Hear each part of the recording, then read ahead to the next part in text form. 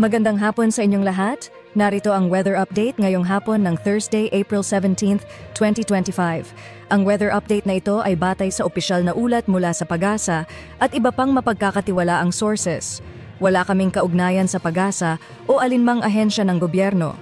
Layunin naming maipaabot ang impormasyon sa paraang mas malinaw at kapaki-pakinabang para sa lahat, bilang suporta sa kahandaan at kaligtasan ng bawat isa, kaya't manatiling nakatutok hanggang dulo. Ayon po sa pinakahuling ulat ng PAGASA, wala tayong namomonitor o binabantayang low pressure area o bagyo sa loob ng Philippine Area of Responsibility, PAR, gayon din sa labas nito, particular sa bahagi ng Pacific Ocean. Wala ring nakikitang weather system na posibleng magdulot ng malawakang pag-ulan sa bansa. Inaasahan pa rin natin ang partly cloudy skies sa malaking bahagi ng bansa, lalo na sa Visayas at Mindanao. Patuloy ang epekto ng easterlies, kaya't asahan pa rin ang mainit at maalinsangang panahon. Para sa weather forecast bukas, inaasahan pa rin ang mainit at maalinsangang panahon sa Luzon, Visayas at Mindanao.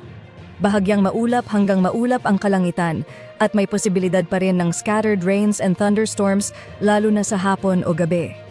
Sa ating 3-day outlook, inaasahang magpapatuloy ang magandang panahon sa ilang bahagi ng Luzon, Visayas at Mindanao, particular sa bandang tanghali. Gayunpaman, may tsansa pa rin ng scattered rains and thunderstorms dahil sa patuloy na epekto ng easterlies. Sa ngayon, wala pa ring namomonitor o inaasahang mabubuong low pressure area o bagyo sa loob ng Philippine Area of Responsibility. At iyan ang ating weather forecast ngayong hapon. Kung nakatulong sa iyo ang ulat na ito, huwag kalimutang i-like, i-share at mag-subscribe sa aming channel. Pindutin na rin ang notification bell para lagi kang updated sa mga susunod na weather updates. Ingat po tayong lahat at manatiling alerto.